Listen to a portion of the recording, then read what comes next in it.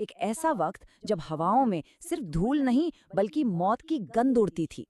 दिल्ली की उन संकरी गलियों में कोई कानून नहीं था। वहां सिर्फ तलवारों की चमक और उनकी खनक ही आखिरी फैसला करती थी। आज के इस ऐतिहासिक विश्लेषण में मैं आपको एक ऐसे दौर में ले चलूंगा जहां सत्ता का मतलब सिर्फ राज करना नहीं था, उसका सीधा सा मतलब था खौफ।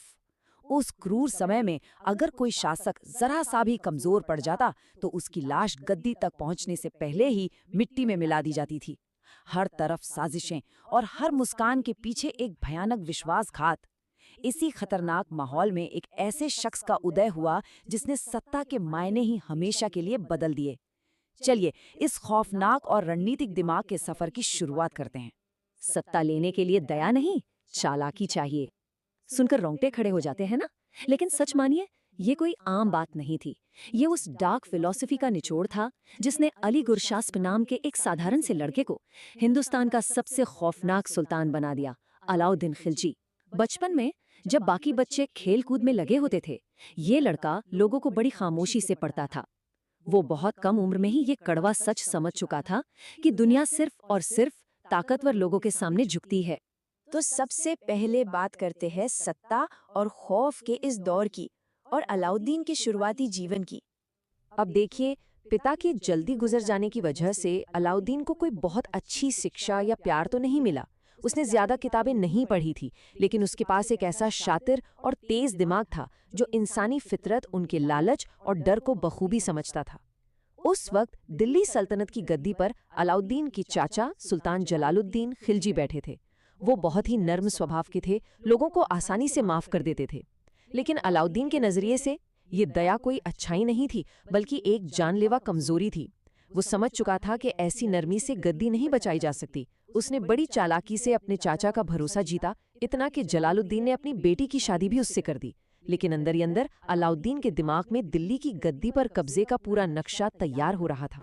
और यहीं से शुरू होता है हमारा दूसरा पड़ाव, गद्दी के लिए खून। कड़ा का सूबेदार बनने के बाद अलाउद्दीन को एक बात बिल्कुल क्लियर हो गई थी। गद्दी चाहिए तो एक बड़ी फौज चाहिए, और फौज के लिए चाहिए अथाह पैसा। 1296 में उसने दक्षिण भारत के बेहद अमीर राज्य देवगिरी पर एक सरप्राइज अटैक कर दिया। वहां से वो इतना सोना चांदी लूट कर लाया कि उसकी पूरी किस्मत ही पलट गई। और फिर उसने चली अपनी सबसे खौफनाक चाल। उसने चाचा जलालुद्दीन को ये कहकर बुलाया कि वो उनका आशीर्वाद लेना चाहता है। सुल्तान तो ठहरे सीधे साधे, भतीजे को वफादार समझकर बिना सिक्योरिटी के मिलने पहुंच गए।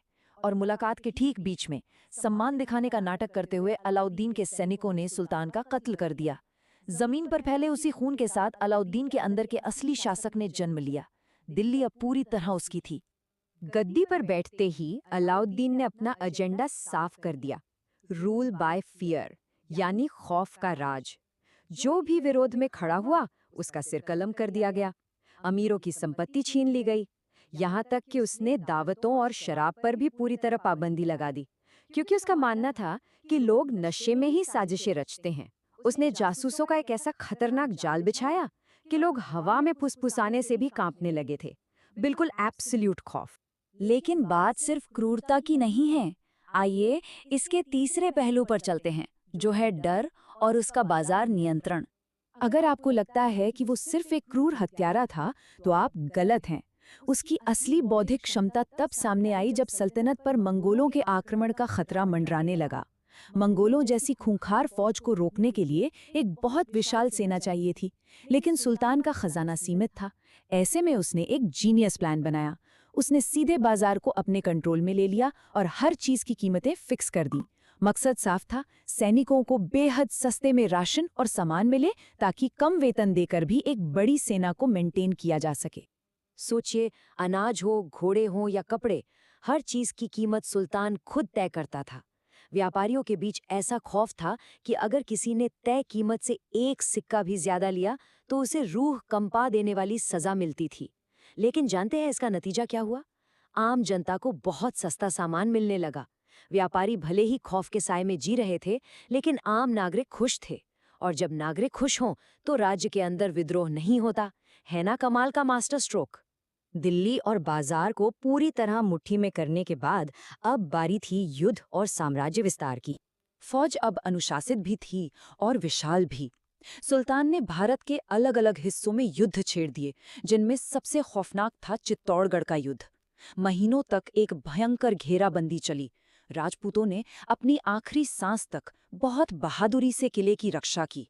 लेकिन जब हार सामने दिखने लगी तो राजपूत महिलाओं ने दुश्मन के हाथ आने से बचने के लिए जौहर किया, यानी खुद को आग के हवाले कर दिया। इतिहासकार आज भी रानी पद्मिनी से जुड़ी कहानियां और इस घेराबंदी के असल कारणों पर बहस करते हैं, लेकिन इस युद्ध का खून खराबा और जौहर की वो त्रासदी, वो एक अटल ऐतिहासिक सच्चाई है।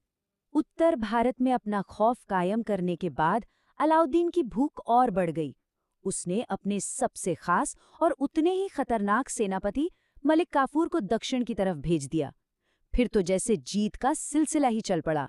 देवगिरी, वारंगल, द्वार समुद्र से लेकर सुदूर दक्षिण में मदुरै तक हर जगह एक एक करके राज्य तबाह हुए और दिल्ली सल्तनत का झंडा फहरा दिया गया। और दक्षिण के इन हमलों से जो वापस आया वो बिल्कुल अकल्पनीय था। अथाह संपत्ति, इतना सोना, इतने हीरे और हजारों हाथी दिल्ली लाए गए कि सुल्तान का खजाना उस वक्त दुनिया के सबसे अमीर खजानों में बदल गया। दिल्ली दौलत से पूरी तरह जगमगा उठी थी।